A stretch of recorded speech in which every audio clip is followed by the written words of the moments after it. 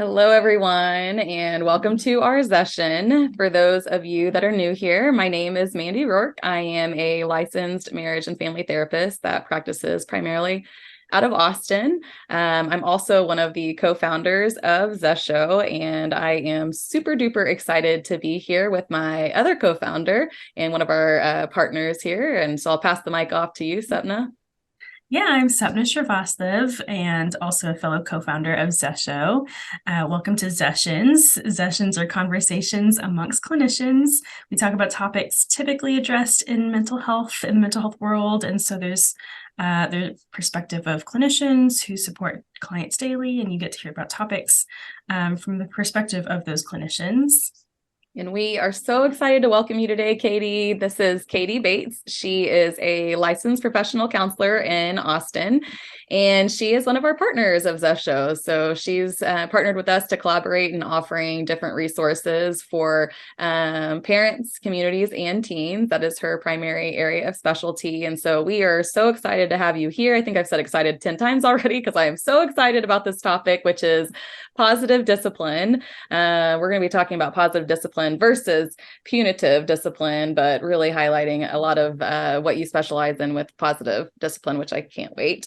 And so first, why don't you share a little bit about yourself and anything that you'd like to kick us off with today? Yes, thank you guys so much for having me. I'm so excited to even have you guys offer this platform. I think it's such an amazing space to bridge that gap for offering resources. I'm just excited to be here again on the excited train with you, Mandy. But my name is Katie Bates. I'm a licensed professional counselor out here in Austin, Texas, and I specialize in working with adolescents and young adults 14 and up. And by extension, obviously, I offer family sessions and parenting support as a parent discipline educator, positive discipline parent educator. And before we dive into it, I just want to be mindful of my language. So I will be using parent and caregiver simultaneously or interchangeably. Just want to be mindful of those listening in who are adopted parents, surrogate parents. Just want to, be inclusive of all that are listening in who love their teens and are looking for resources and supporting their teens. Love it. Love that. Thank you for highlighting that for us. We're so excited to hear more. And so wanted to start off with what is positive discipline and what is the importance of it, especially as compared to punitive discipline? Yeah, and I think this is such an important topic too. I think conversations surrounding parenting can be so grounding and validating for parents, right? I think there is an isolative factor that is not nearly talked about enough. Obviously there's mommy and me classes, obviously there's parenting resources, but for parents to talk about what truly is going on behind the scenes and open up about the struggles and the challenges, I think this is such an amazing opportunity just to have the frank, transparent conversations. If we were to relay anything in this podcast for this episode, it's that parenting is hard. And there are a million ways to parent, right? Positive discipline is just one of those ways. And at the same time, though, it's an alternate way, right? I think parents sometimes get pigeonholed to the idea of holding on to this concept of parenting when there are alternatives for you guys. There are resources for you guys too. And so really leaning into, what else is out there? What are our options? And what can we kind of work with the situation that we're most, forefront in? The unfortunate reality, teens don't come with a manual, right? And what I've mostly seen in my private practice is the majority of caregivers parent through fear. So more than anything, parents want their teens to be successful, independent, responsible young adults.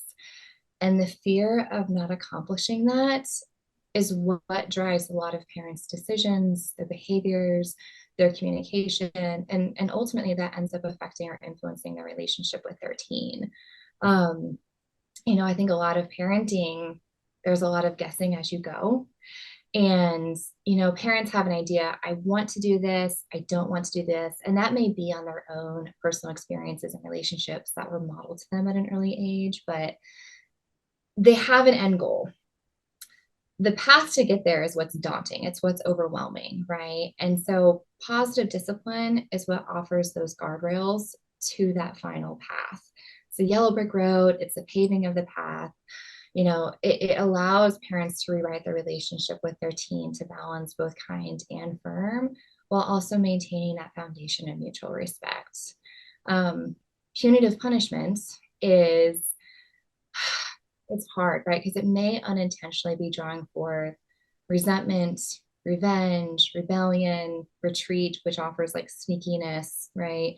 Unintentional reframe, which may elicit negative self-criticism or self-doubt in their teen. So again, parents know the end product that they want to accomplish, right? They know the end results they have for their teen.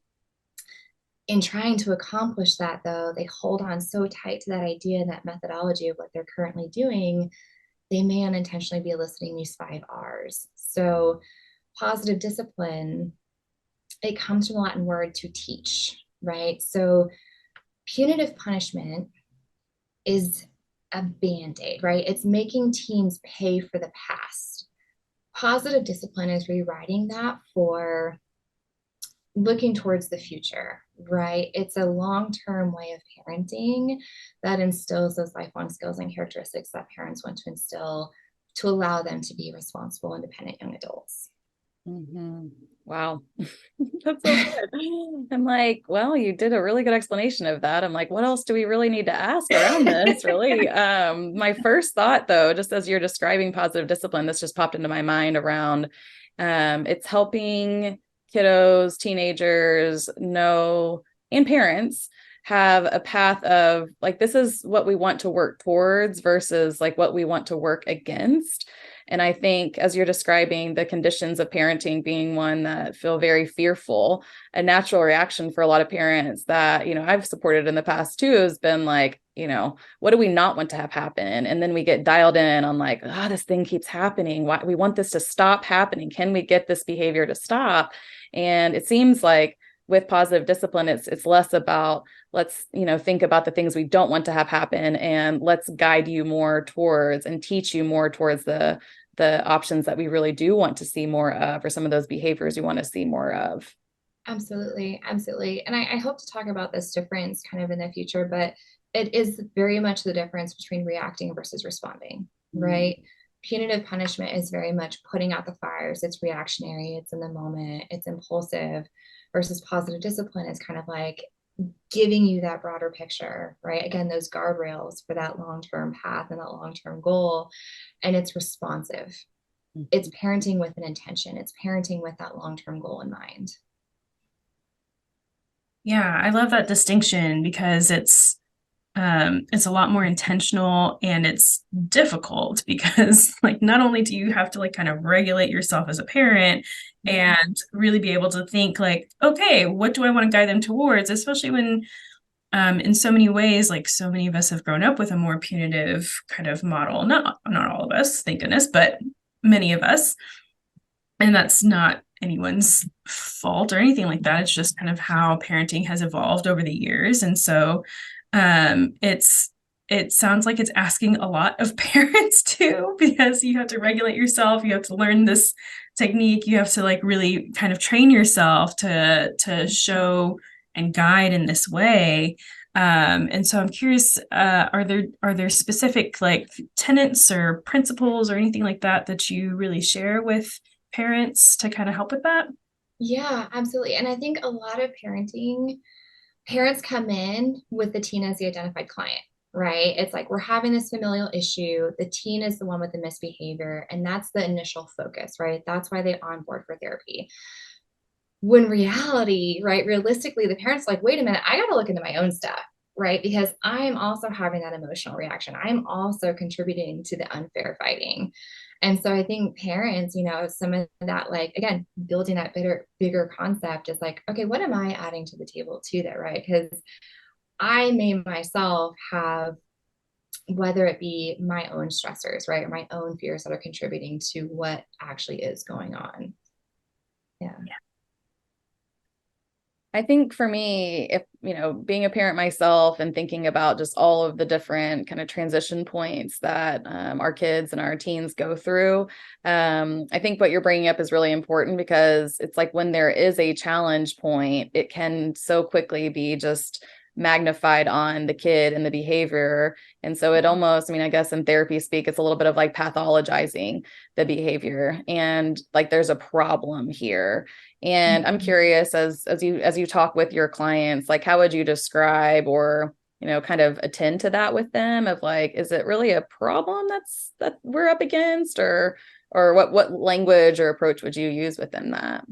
Yeah, absolutely. So, and I think this is kind of why I love positive discipline, right? Because when we talk about, the difference between punitive and positive discipline, it goes below the surface, right? Positive discipline, it identifies the root cause, right? So it's the classic, we're fighting about the dishwasher, right? The fight about the dishwasher is rarely ever the fight about the dishwasher, right? It's what's beneath the surface.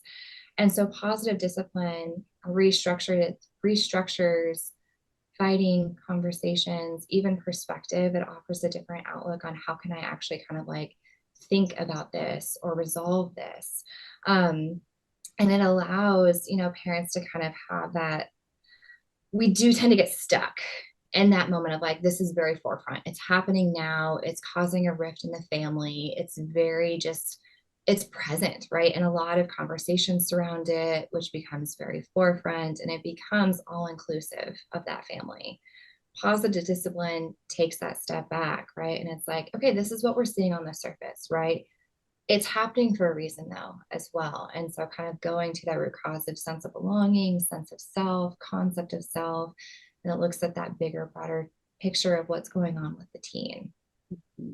Which I imagine that's part of the process to responsiveness too, where it's like very, very easy to have a knee-jerk reaction when something is undesired in front of you. Your teen is cussing at you, or insert whatever other example. And so to just for parents, I guess, start gaining some awareness around, what are some of those knee-jerk reactions, and notice that that's really just the iceberg kind of talking to us a little bit that we need to explore down below that we can. So it almost, as you were saying, that gives potentially parents some hope too, where it's like, it's not all about like what's happening on the surface. Like we have room to really explore what's down below.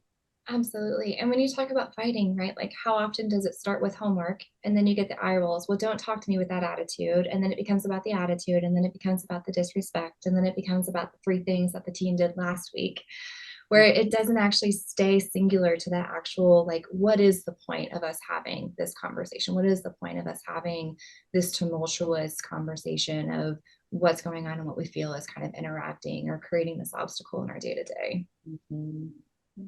Yeah, it sounds like it's really trying to hone in on kind of the root of the interactions. And so kind of what you were saying of it usually is often the teen coming in, being set as the problem, but really it's what I'm hearing is like the underlying interactions amongst all of the family members with the teen that's kind of being addressed. And positive discipline is kind of like that technique that they can use to really hone in on kind of those the not dishwasher conversations, but underneath those.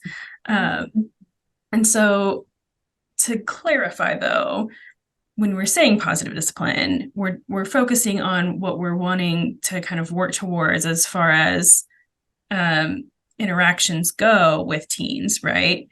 But it's not necessarily always like positive in the sense of like positive versus negative. Is that right? Absolutely, absolutely. And that is a very common misconception too, right? Because parents are like, well, I have to be buddy-buddy and I have to be friends. You're still absolutely able to uphold those expectations and boundaries that you deem appropriate for your family and for your teen.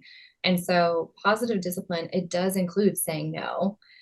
It does it in a way that's mutually respectful and joint problem solving though too, right?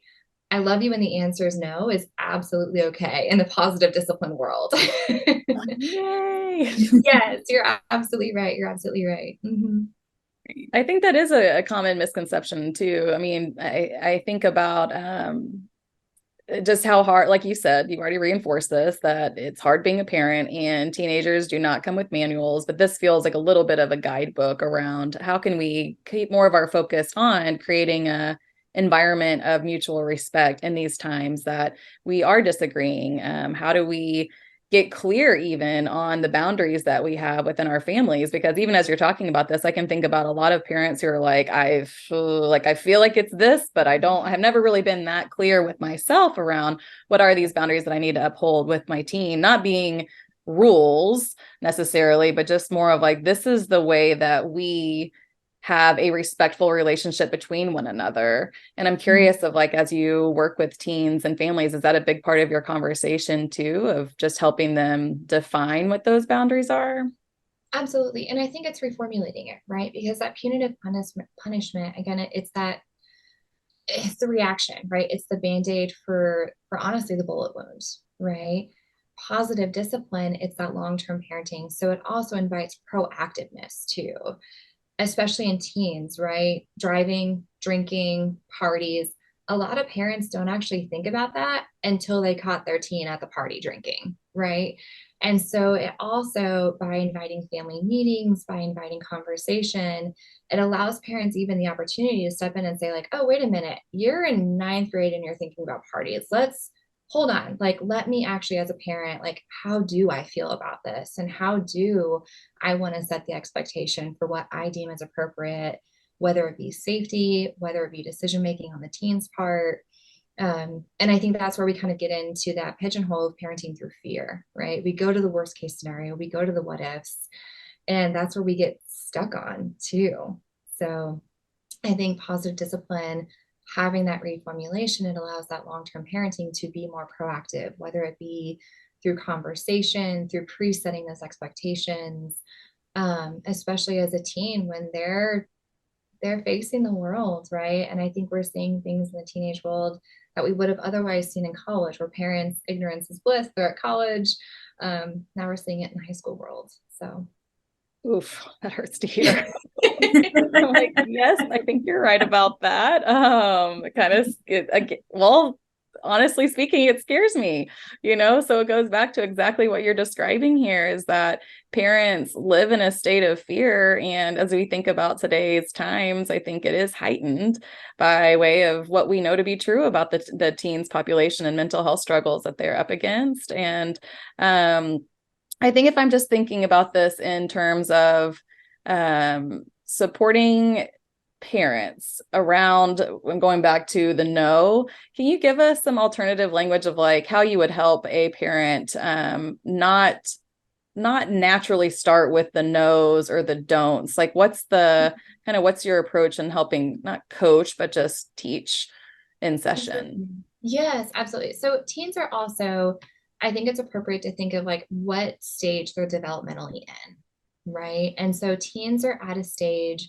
where they're creating that sense of self, right? They're creating their own opinions, how they feel about the world, what their place is in the world too. So in order for them to exercise that and grow that sense of self and that sense of belonging, we have to provide those opportunities. So developmentally speaking, parents should be saying yes 5 times to their one no, because I would much rather a teen have that sense of concept, sense of self, and learn that while they're still in the support system of their home, then move out and get to, their adult phase and have that like learning curve, be like, oh, this is the world. Um, so and kind of what you're speaking towards, Manny, in terms of, verbiage for that, right? You can absolutely say yes, and what was our agreement? Yes, as long as. Yes, I expect. So you can still hold those expectations in place and those boundaries in place for not being a total pushover as a parent with positive discipline, but it's also doing it in that respectful way. I'm asking for your room to be clean. You're asking to go to your friend's house. Let's come up with a mutually agreed upon, yes, as long as your room is clean. So we can use some of that verbiage too. I like it versus being like, no, your room isn't clean. That's punitive of like, absolutely said. Yeah. And I think along those same lines of thinking about this as an approach, it feels like a philosophical approach too, meaning like this is how I want to, or this is how I believe my role as a parent is with my teen. That and maybe this is where a lot of work comes in for parents that had more of a punitive style of discipline in their growing up, that the way that they view their parent-child relationship is one way based on how they were parented. And now I do feel like there is a philosophical shift within this where not that the teenager is exactly an equal, but they're definitely not as in the one down, I know all and you know nothing kind of approach. I mean, that's very extreme, but I think it may be helpful for us to like talk on that a little bit too. What comes to mind for you? Absolutely. So, and I think it's that reshift, right? Where it's not so much top down, but it's more of a co-pilot. I'm here to help you fly the plane if you need it, while also allowing you that opportunity to learn and grow through those mistakes. So it isn't necessarily equal because you can absolutely take off autopilot if you need to, right? That's an option, the exit strategy. But it's in a space where one, again, that teen has the opportunity to obtain those long-term skills and characteristics that we want to instill while it's still supported, while it's that co-piloting situation. I love that co-pilot.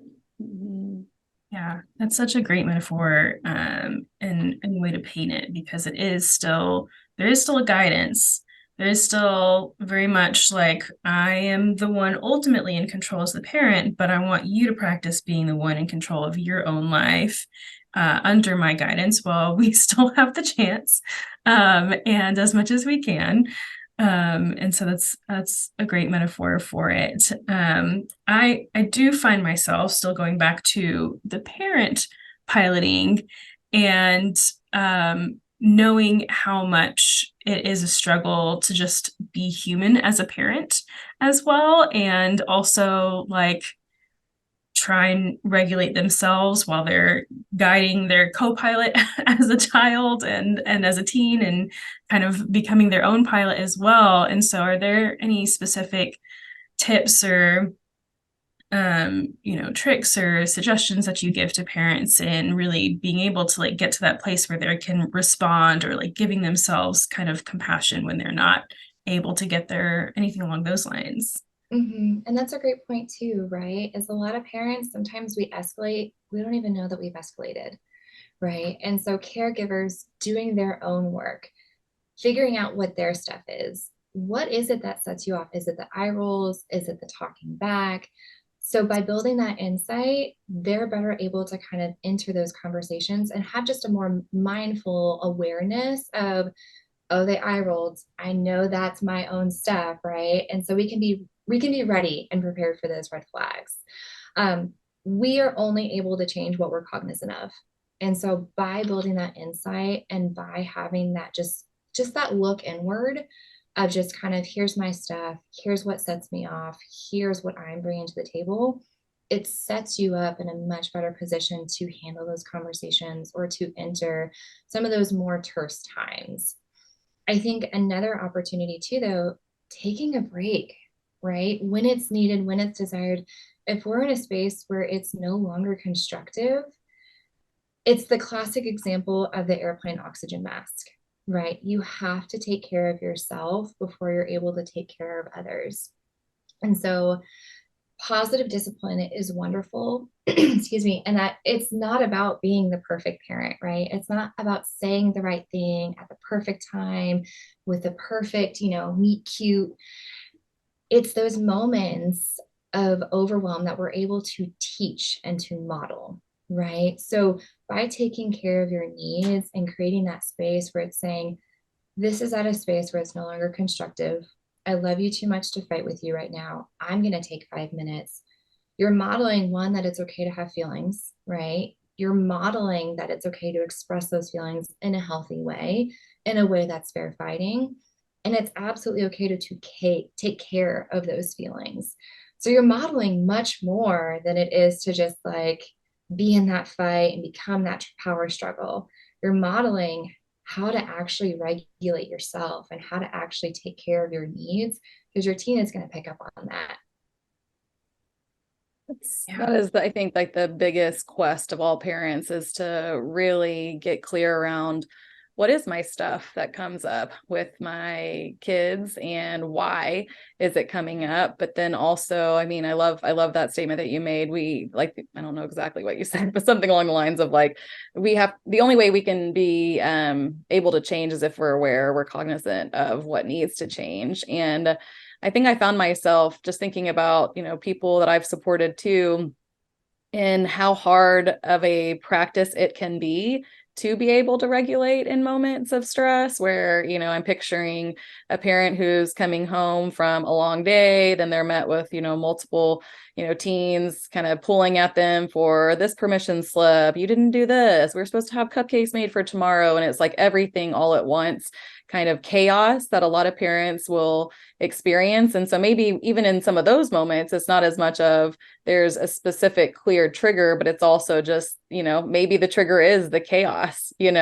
and for people to be aware, or parents or caregivers to be aware of, okay, I tend to get overstimulated very quickly. And so when that happens, it sounds like the way that you would help is really helping them learn how to, take a break in those moments, but then also use some of their language to guide and teach in those moments where it could be that the parent says, guys, like I am way overstimulated right now, one at a time, rather than maybe what they want to say, which I don't need to say it loudly in here, but it could be very aggressive and hurtful unintentionally because that parent is dysregulated. So I think it feels to me that the regulation is the key part of it, because the regulation is what equals reactivity, and reactivity is what equals punitive. So I'm sure that a lot of your work is really around helping them come up with techniques and just gain more and more awareness into what is your emotional experience just in general with your kiddos. And we're imperfect humans, right? Even we can be as aware and cognizant as all get out. We could be, we could have a dictionary on ourselves and say, oh yeah, this points to this, and this is why this, and da da da da. We still have snap judgments. We still make snarky, right? We still catch ourselves in those moments of life because life is stressful. Stress is unavoidable. And so you're absolutely right in that even though we may have all of these tools in place, we can also still be human, and we can also still be imperfect as well. And I love positive discipline. So family meetings are a huge tool that positive discipline leans into. And so again, creating that proactive approach. So we can have that family meeting and say, you know what, Wednesday night was way too much of a cluster for me. Here's what I need moving forward, right? Here's what I need as a parent, as an adult, to appropriately support 17 things that are going on at the same time. And it's having those conversations of, I did feel overwhelmed in that moment, and here's what I need. Again, that mutual agreement, that respect, that co-piloting. I'm here for you just as much as you may be a support system to me, right?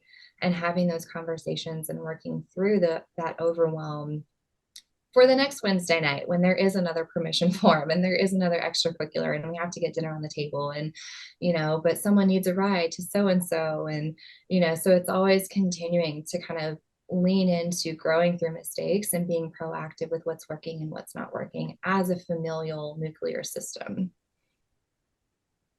Yeah, I love that suggestion of family meetings, because that does sound like such a helpful tool. And again, like being more of that modeling, these are my needs. This is me reflecting on what happened last Wednesday and what we could have done better together, what I could have done better, and expressing what I needed. In the future, when that happens, this could be a better game plan for us. Like, what do you all think? What are your needs in that moment? And just kind of acknowledging that together, like quite literally co-piloting and kind of as the parent primary pilot, I suppose, like readjusting your own course a little bit too, and kind of helping your co-pilot along in doing so as well, which is also kind of what it sounds like in making sure you're regulating yourself too as much as you can. Again, we are human. We're only capable of so much, but even just within that, that's its own like positive guidance for sure. And just kind of modeling that ability of like this is some of the things that tend to trigger me, and I'm going to do some deep breathing. I'm going to take a minute. I might go hide in the bathroom for a second, but I'll be right back, I promised, and we'll talk about this. And just really like that immersive experience of positive guidance for parents too seems really, really crucial. And just as we spoke before, right, it's okay to say no, right? Setting those boundaries, setting that precedence. As a caregiver, you have your own stuff that you have to take care of too, right? I imagine if you're a full-time, employee, you have deadlines, you have your own work, you have your own stuff. So it's also absolutely appropriate to say, I'm willing to sign your permission slip up until 7 p.m. I'm willing to help you out with your homework up until 8 p.m. After that, I've got to take care of me, right? I have my own stuff. I'm willing to help you. I'm willing to support you up until this time, right? And so again, saying no is absolutely appropriate. It's okay to set those boundaries, and it's okay because in hindsight, it's also teaching your team, I have a deadline. If this is a priority to me, here's my window, right? So it's also, again, instilling those life skills, throwing the ball back in their court and allowing them the opportunity to exercise decision making, time management, prioritization, more of those executive functioning skills that allow them to be those independent, young, responsible adults that we want to see. I think that's huge. And as you were saying that, it feels like one major benefit to teens or kiddos that have their parents that align with this approach is confidence, self-agency, self-worth. I mean, just having this positive attachment to their self and their capabilities as a teenager, where I've definitely worked with like like mother, daughter, father, son kind of dynamics where there was this power struggle, as we called in therapy, of like just this back and forth, back and forth. And a lot of times it was the teenager just really wanting to feel respected and, be considered. Like they wanted their opinions to be heard. They wanted to be part of the family, which does directly, I love the family meetings because it goes back to, we have this container, we have this structure to help minimize the anxieties that everyone are feeling because we're all in this together and we're all collaborating with each other around what's going to work best. But ultimately, I think that the teen walks away being like, all right, like I am capable versus I am dependent upon my parent to tell me how to do everything. The parent is more so saying like, yes, here are my boundaries. And by way of setting those boundaries and having this container or structure, that's where a lot of the learning takes place just inherently, right? Mm-hmm, mm-hmm. And I think it sets the stage too for them to practice that as well, right? In family meetings, everyone has a voice and everyone is heard. So having that inclusivity, having that acknowledgement of like, you matter, right? What you say and what you do, that is a part of this nuclear family and the decisions that we make for this family. And it also just goes back to relational too, right? So if we have a better idea about what our teen is going through, what their belief is behind the behavior, we're going to be much more suited to help support them in a capacity that is much more supportive than us just guessing or even guessing wrong, right? Because we don't know what's going on in our teen. They're at school 8 hours a day, and then they have practice, and then they have their job, and then they have their extracurriculars. I know a lot of families are lucky if they have family dinner. And so stepping into their worlds and actually acknowledging like what's going on and how can I best support you is going to allow them to build that concept of confidence, self-concept, all of those really good things that allow them to be a holistic being. Yeah, that sounds so crucial for teens developmentally, especially. And so I'm also thinking too of parents also transitioning with their teen into this teen's developmental phase, right? Of we're maybe accustomed to having a child who's a little more dependent on us. And so having a little more control over outcomes. And then all of a sudden we blink and they're in high school and I'm not looking at maybe making a face right there. And so they are becoming their own person. They are developing their own self-concept. And that could be a really hard transition for parents too. And especially if they have multiple children across multiple developmental phases, right? And so are there any ways that you help parents and guide parents in making that transition and kind of reminding them, like, this is a little bit different now that they're entering into this teen phase, and your dynamic's going to look different, and the expectations from you are going to look different, the expectations from them are going to look different. What does that usually look like for you in your work? And I'm laughing too, because Mandy, we spoke earlier about the concept of time, right? Like you snap and they're 16 and you're like, wait a minute, hold on. I was tying your shoes, just yesterday. So it is the concept of time too. You're absolutely right. It tends to hit parents where they're like, oh, wait a minute, I'm taking you to get your license today, right? I'm seeing you walk across the stage at your graduation. Where I think it takes a lot of parents those big monumental moments for them to kind of even accept that their kids are growing up, right? And even have that opportunity to like, oh, wait a minute, I'm not tying your shoes anymore. And you are making decisions for yourself and creating opinions about the world and having more in-depth conversations about worldly views and worldly concepts and not just that the sky is blue, right? And so I think it's definitely a transition. It's not going to be the flip of a switch. I think it also, there's a huge confusion between by letting go, I'm no longer caring.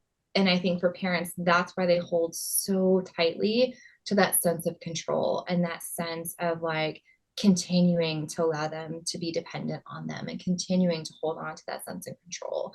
And I think a lot of the work is allowing parents to trust that letting go process and trust that there's still a vital role in that teen parent relationship. It's just in a different role that looked way different than when you were tying their shoes and they were 6 years old. So definitely transitional, definitely taking it step by step.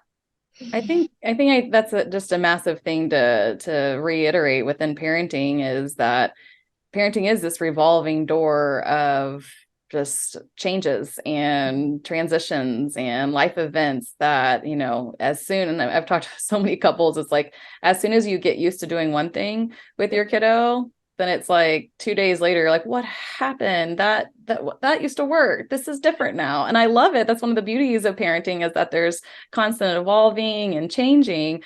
And at the same time, what it makes me think about with some parents, if they're listening, of being like, oh no, we have been more punitive. Yikes. We didn't know that we were maybe more reactive in that approach. Maybe we could tell that something didn't feel right, but maybe it doesn't feel right because it's just not working in ways that it used to. And so I think my question here is, how do you help clients or parents or whomever supports teenagers make a transition potentially from punitive to positive? And is it, I imagine it's not an overnight switch, but what would be kind of the conversation you'd start to have to help them in that transition? Absolutely. Absolutely. And I that's my favorite part about this work too, right? Is positive discipline. It tends to be more hands-on and that it's experiential. So what we do in sessions is we work through classic things that parents of teens are seeing, right? And it's going through experientially, what is the communication I'm using now? How am I just like, if I were to just solve this tomorrow, what would be my go-to? What's my MO? And then taking positive discipline and leaning into that lens of how is what you're doing influencing and impacting what your teen is thinking, feeling, and deciding about themselves and the world around them. And so through that experiential exercise, we can take what they're already doing, instill some of those tools, have those conversations, and then spit it out into a space that's more positive discipline appropriate and that it aligns with those long-term parenting goals. And so that's my favorite part about the parenting support, is going through these experiential exercises. And we talked about the flip of a script, right? Where you can see it on the parent's face. They're like, oh, wait a minute, right? Because I do sometimes, I ask the parents, put your 16-year-old shoes on, right? Like step into their world. And how does this feel if you were being talked to like this, or if things were being communicated to you like this as a 16-year-old self? And you're absolutely right. The first time a teen is 16 is the first time parents will handle a 16-year-old. The first time a teen is 17 is the first time the parents will handle a 17-year-old. And it is ever changing. And the beauty of positive discipline is it adapts as they grow, because you always have that foundation of mutual respect and the relationship with your teen. You can adapt and mold as you go because it's a continued conversation. It's always growing. It's always adapting and changing as your teen continues to get older and more independent and autonomous with their lives. I just am picturing the family meetings and just how differently they look, like month after month, year after year. And it's this model really of flexibility and growth, which I love. What is the saying? The days go slow, but the years go fast. Is that the saying? It's so true. It's so, so true. And you're absolutely right. You blink your eyes and you're like, oh, hold on. You're 15. You're asking for your permit. Yeah. It's like things that we once would have talked about at a family meeting have definitely changed their tone as you become a 17-year-old. Very different boundaries that we'd be discussing versus if you're 13 or 14. But I love that again, it's that structure that I think parents really need. Not just parents, but families. I mean, everyone I think benefits from having this of like, look, we're all in this together. We've got you. We have a process in figuring out what we do day to day, because it's not always easy. And you're absolutely right. It is a process, right? I think my go-to phrase, I think I say it day in, day out, is teens are growing up. They're not grown up. And so adapting and molding to what do you still need to instill these life skills and characteristics, while acknowledging I'm also an imperfect adult. I can't expect perfection from you as a teen who's still growing up. Mm-hmm. Yeah. So that line is huge. They're growing up, but they're not grown up. And that really hits hard, because I feel like people that have teenagers, they do feel like grown-ups a little bit, or then it almost adds to the frustration that a parent has, because they're like, shouldn't they know better? Can be more of the, at least I've heard that feedback a lot, right? Of they are 17 now, they know what to do. And do you think that's true? I think that's another piece of the puzzle, right? And work together too. It's the education surrounding positive discipline, but it's also the developmental education too, right? What can we expect developmentally from our teens, and what is going on with that brain development? Because the reality is your prefrontal cortex, your logic, understanding, processing, executive functioning skills, that's not developed till you're 25, 26. So I think it's also part of that education, realistically setting parents' expectations, right? You're telling me you want your teen to stay home and do homework, and he's saying, hey, my friends are going out right now. What do you think your teen is going to do? What do you think that they would rather do, right? So it's also, they're going to be imperfect while they're also working against an imperfect, underdeveloped prefrontal cortex as well. So it's also setting that expectation with just basic developmental education. Yeah. Another one of my favorite things from the sound of positive discipline and setting this foundation with teens as they're transitioning through adolescence and into adulthood is kind of going back to those family meetings again too. It sounds like such a great foundation for families to transition into these kids becoming adults, like young adults, like going into college, and then eventually like, you know, starting their own careers and starting their own families. And so these conversations can grow and can help like families transition into those phases. Obviously, slowly, it is a process, as we've discussed, but it sounds like such a good foundation of like setting up the co-pilot so that they're like, you know, I don't know, going on their own plane ride. And like, I don't know what the metaphor is for college. They're piloting their own plane and then coming back home, and where command center is at, you know what I mean. You got it. I got you. Yes, absolutely. Absolutely. And I think it also though too, right? I feel there tends to be a negative connotation with family meetings, right? Because people immediately go to what is wrong? Why are we having this meeting? What is up? Right. And it's usually when parents have to drop the bomb is when parents get together with their teens or with their family, right? So I think it even rewrites that narrative and that connotation too of like, it's okay to meet as a family. It's okay to have these conversations. And it creates a more organic, natural fluidity with positive discipline, right? We are openly talking about feelings. We are openly joint problem solving. And it also is just a really good opportunity to reconnect, right? Offer affirmations, compliments, celebrate victories, and just, be silly and funny and rekindle and rebuild that relationship too, right? Because I think that's so important that life happens and it is so easy to get swept away into the minutia of the day to day, right? We were talking before about informed consents are due and extracurriculars, and I have this and this and this, and 17 things going on a Wednesday night. How good does it feel to just be to sit and be present as a family and to share that space and that time to allow us to like, hey, you are 17 now, like what is going on in your life, let me step into your world and learn more about how your day-to-day is going, and having that opportunity to just reconnect.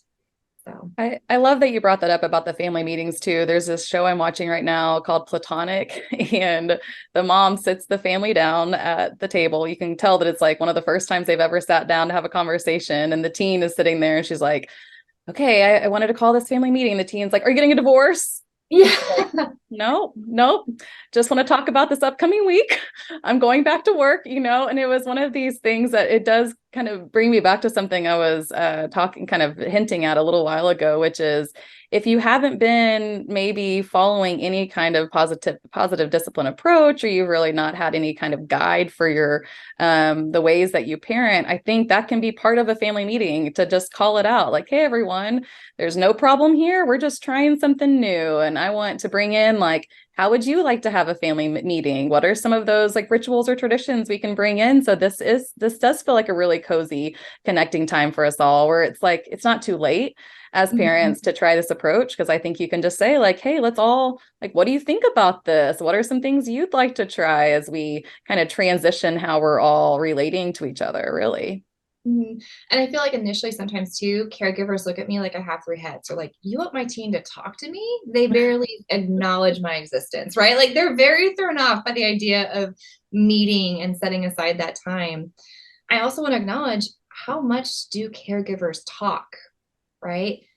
Even in day-to-day conversations, there's always room for a lecture. There's always room for like, what did you do? This is how you did it. This is what's wrong. This is how you fix it. So it even again, everyone at that table has a space to feel heard, feel acknowledged, and feel recognized. And so it also like, if we allow them the opportunity to talk, they will open up, they will talk. It's when we immediately meet that talking with lectures, with nagging, with put downs, or any perception of judgment, that's when they shut down and that's when they clam up. And so I love the idea of having family time and having that rekindling of relationship through family meetings, because it means that not every time you talk, it means that it's going to lead to a lecture. Not every time you talk does it mean that it has to be negative. Not every time do you talk does it mean it leads to a fight. So again, it rewrites that narrative, what the teen knows to be true, is saying, hey, I do have a voice here, and it is okay to speak up about what I feel is important and what I feel needs to be prioritized through a family meeting.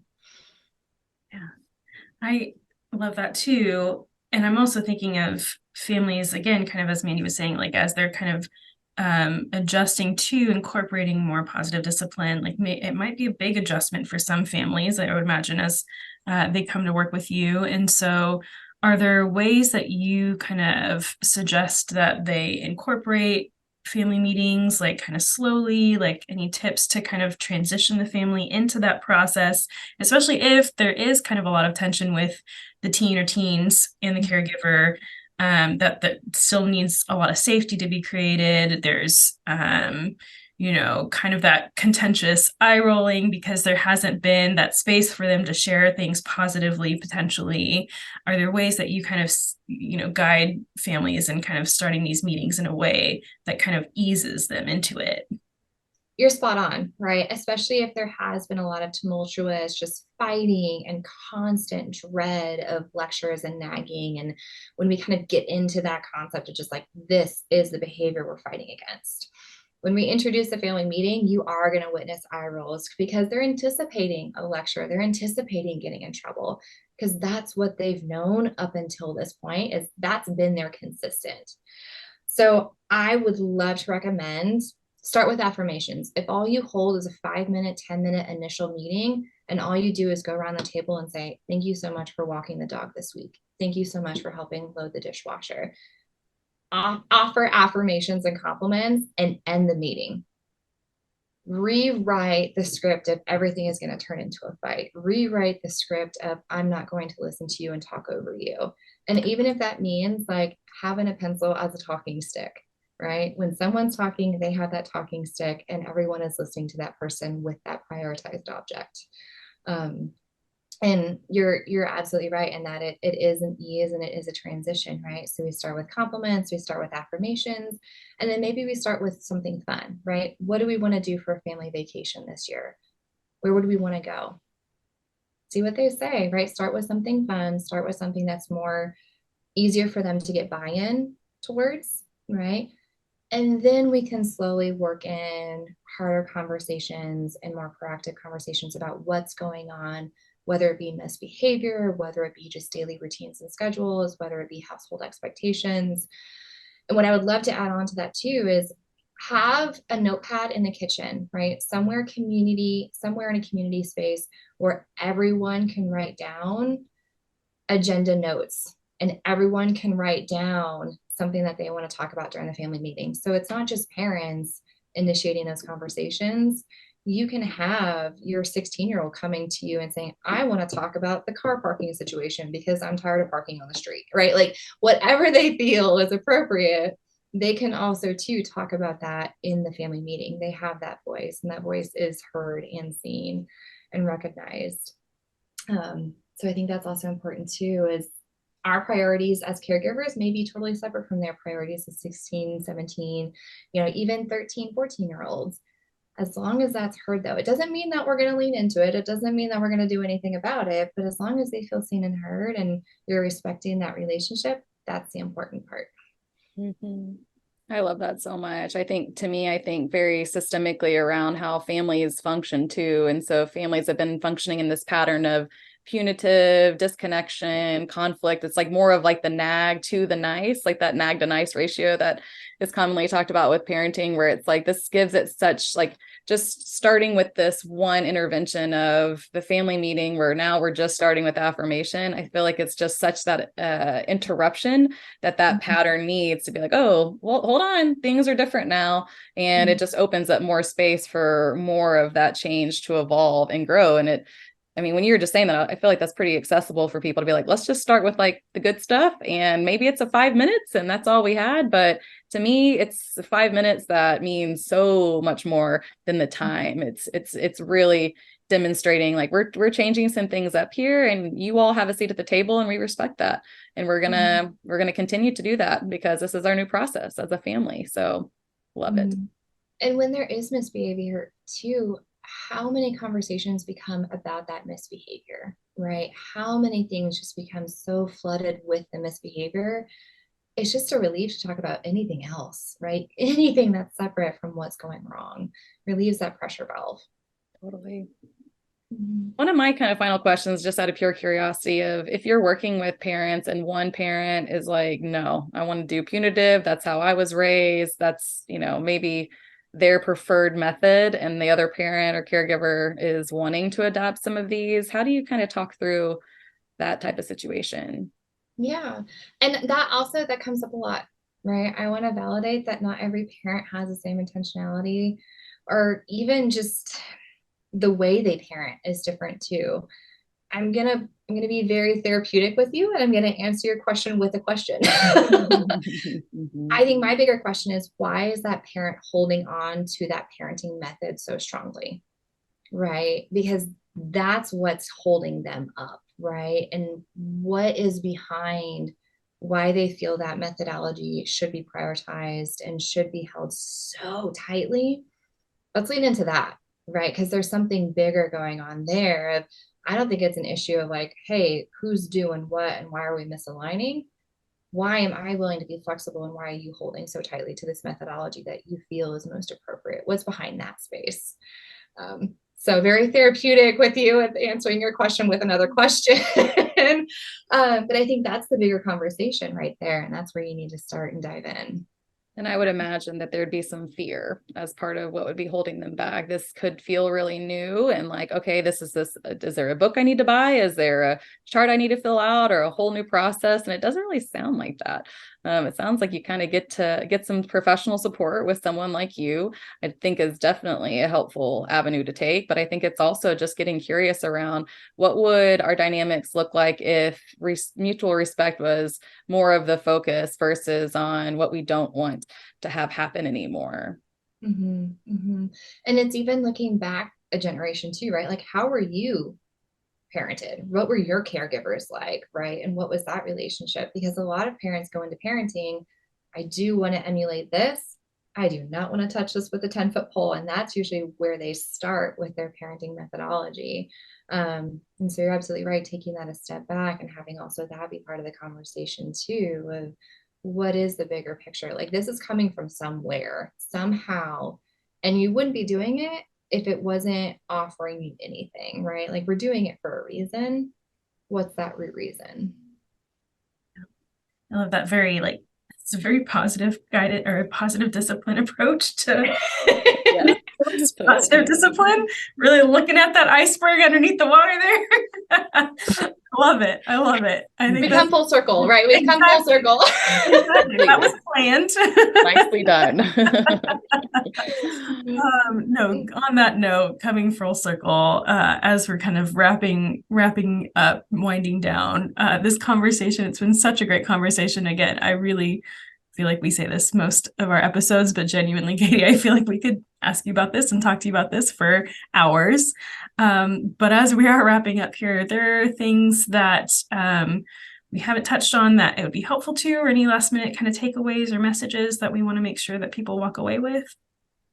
33% if any baseball fans are out there, to get into the Hall of Fame, you have to get off base a third of the time. So to be in the Parenting Hall of Fame, all we're asking for is 33%. I know there is so much parent guilt and so much pressure parents place on themselves to do right and always have the answer and always do right by their loved ones. And I want to just ground that, right? Again, positive discipline is not being the perfect parent. It's about showing up and being present, right? 33%. That's all we're looking for is 33%. And what you do is more important than what you say. So, and with that, I bow down. Yes. That's fantastic. That's so validating. And that's such a great way of putting it. And so thank you so incredibly much, Katie, for sharing this with us, for sharing your expertise. How can people find you if they're more interested in kind of hearing more of what you do and working with you, or just getting some more resources from you? Yeah, so my website is going to be Koselig Counseling, so KOSELIG counselingtx.com, and all my website has all those resources and contact information. Feel free to reach out with any questions, concerns, comments, the whole shebang. Awesome. Well, just to kind of echo what Setna was saying, thank you so much. We're so grateful that you're a partner with us and helping just increase resources to parents, because we all need them. And I just know that you are going to help clients and their families just get into a really good kind of flow with one another, where they are walking away feeling just really capable and strong. So thank you for all of your work, and we look forward to picking up our conversation with you another time. It's a pleasure to be here. Thank you for the invite. It's been so fun hanging out with you guys. I appreciate it. Anytime. Perfect. Thanks, Katie. Bye-bye.